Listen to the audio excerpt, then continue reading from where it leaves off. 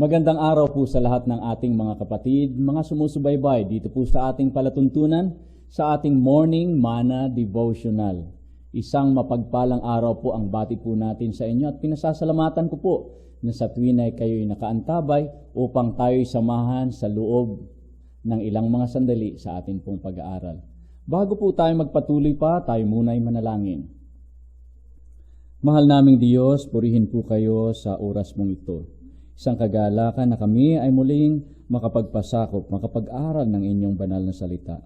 Pagkalooban nawa kami ng pangunawa at aming maunawaan ang inyong pong kalooban para sa inyong bayan.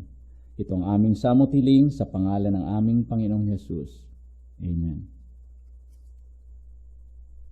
Sa araw pong ito ay patuloy po nating pag-uusapan, mga kapatid, ang patungkol po sa a man after God's own heart.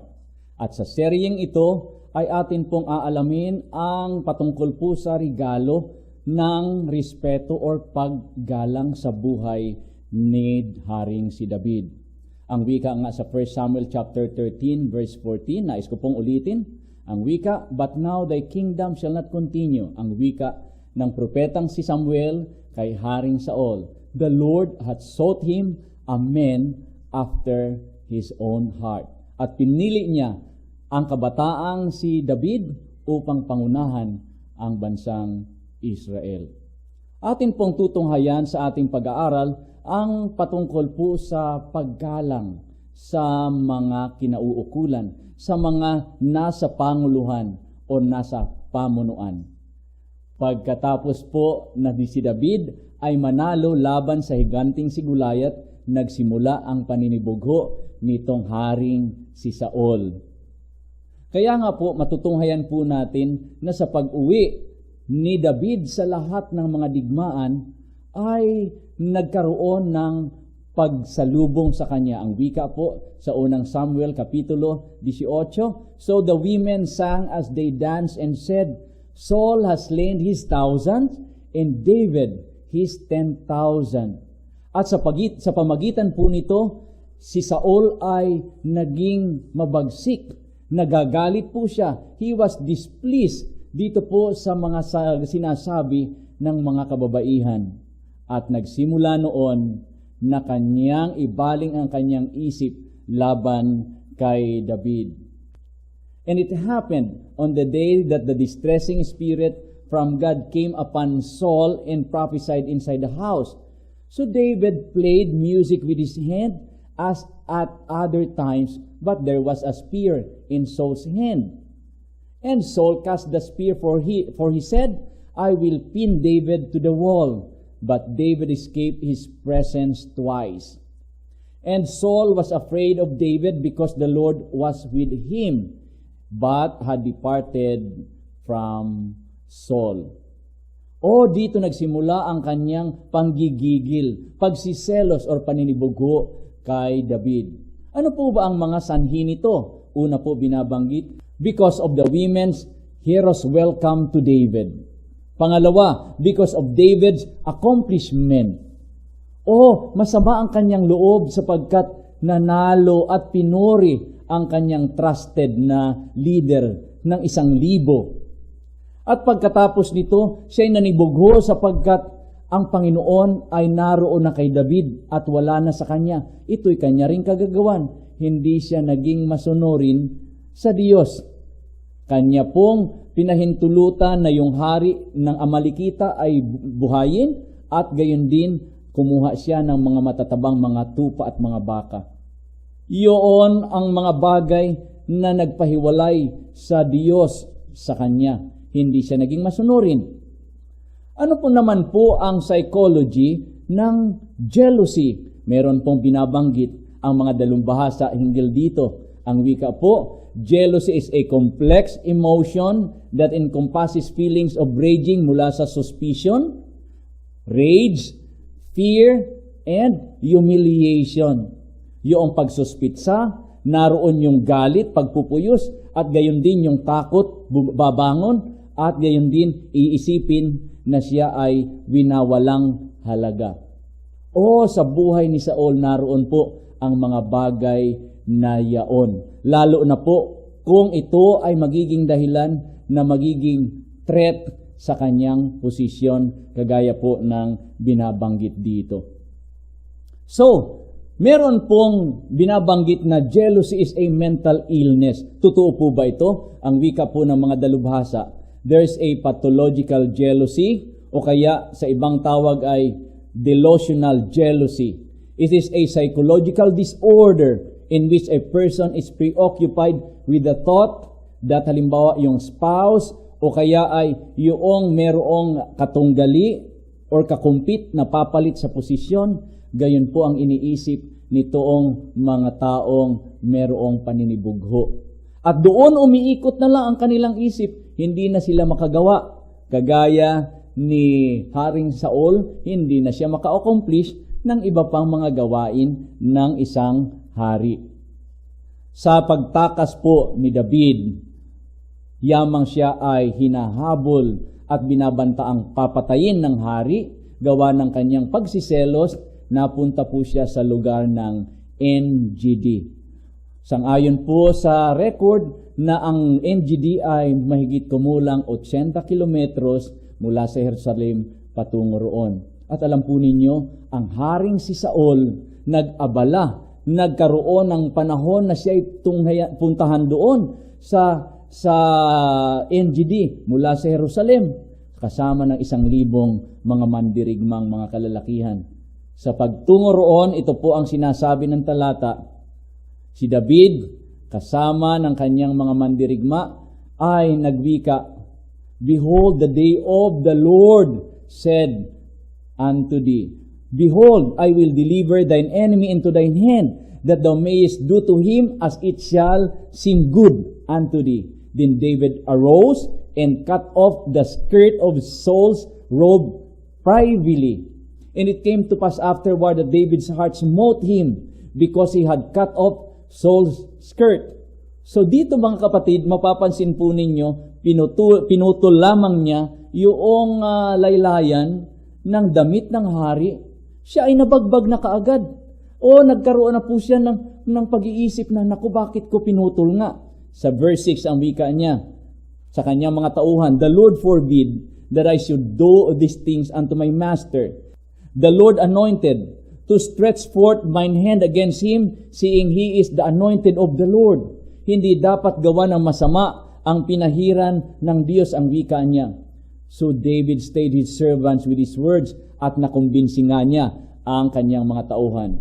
David also arose afterward and went out of the cave. Pagkatapos na si Saul at ang kanyang 3,000 mga tauhan ay umalis na. Ang wika ni David sa hari, "My Lord the King." And when Saul looked behind him, David stooped with his face to the earth and bowed himself. O iginalang pa rin ng kabataang mandirigmang si David ang kanyang hari, bagaman siya ay sinisiil, siya ay hinahabol, binabanta ang patayin. Ano pat siya sa kanyang kaisipan, sa kanyang puso, hindi niya inalintana ito at iginalang niya ang pinahiran ng Diyos. Sa pangalawang pagkakataon, naroon naman siya sa lugar ng Ziph. Isinumbong siya doon po sa hari na ang wika, "Narito nagtatago sa aming lugar ang iyong kaaway na si David." Nagtungo roon 3,000 mga kalalakihan, at sa gayon ding pangyayari, ito po ang salaysay. Kasama ni Abisai na kapatid ni Joab, sila'y lumusong sa lugar na kinaroroonan ng hari. Sang-ayon po dito sa talata. Ang wika ni Abisai kay David sa verse 8, "God hath delivered thine enemy into thine hand this day. Now therefore let me smite him. I pray thee with the spear even to the earth at once, and I will not smite him the second time." Ito ang sabi ni David kay Abisai, "Destroy him not. For who can stretch forth his hand against the Lord's anointed, and be guiltless?" Kapag ka napatay mo siya, hindi maaring magiging walang sala ang taong pumatay sa pinahiran ng Diyos. O naroon ang kanyang paggalang, ang kanyang pagkilala sa pinahiran ng Diyos na leader, si Haring Saul. Ang wika ni David said, "Furthermore, as the Lord liveth, the Lord shall smite him, or this shall come to die, or he shall descend into battle and perish.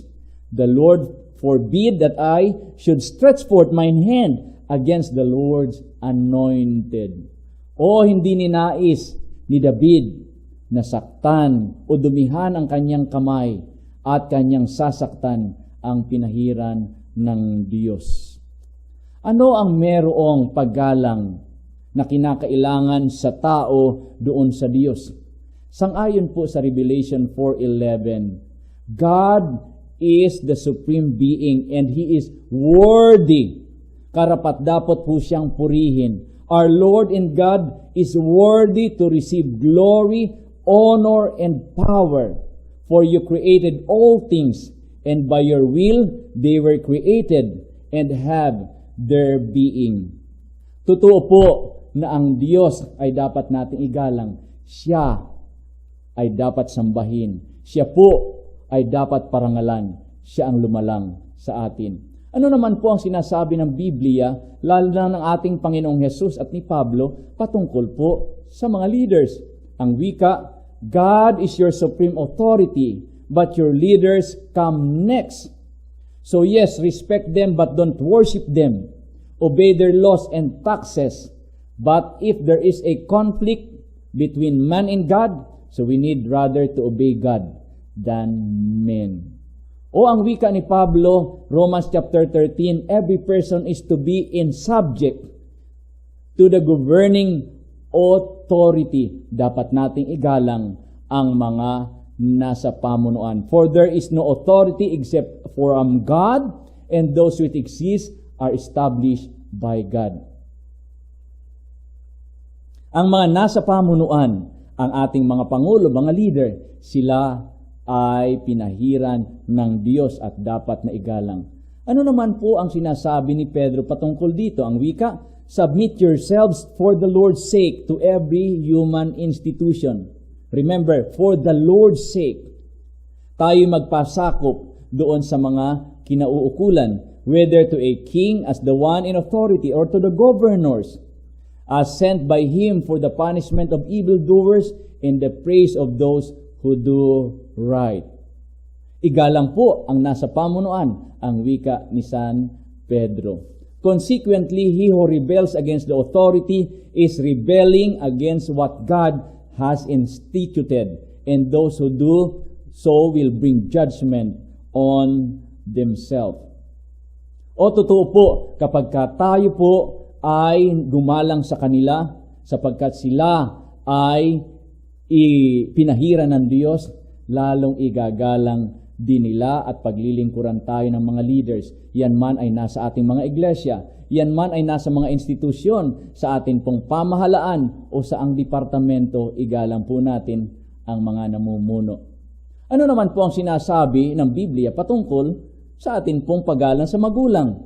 Ang wika, every person must respect his mother and his father in Leviticus chapter 19.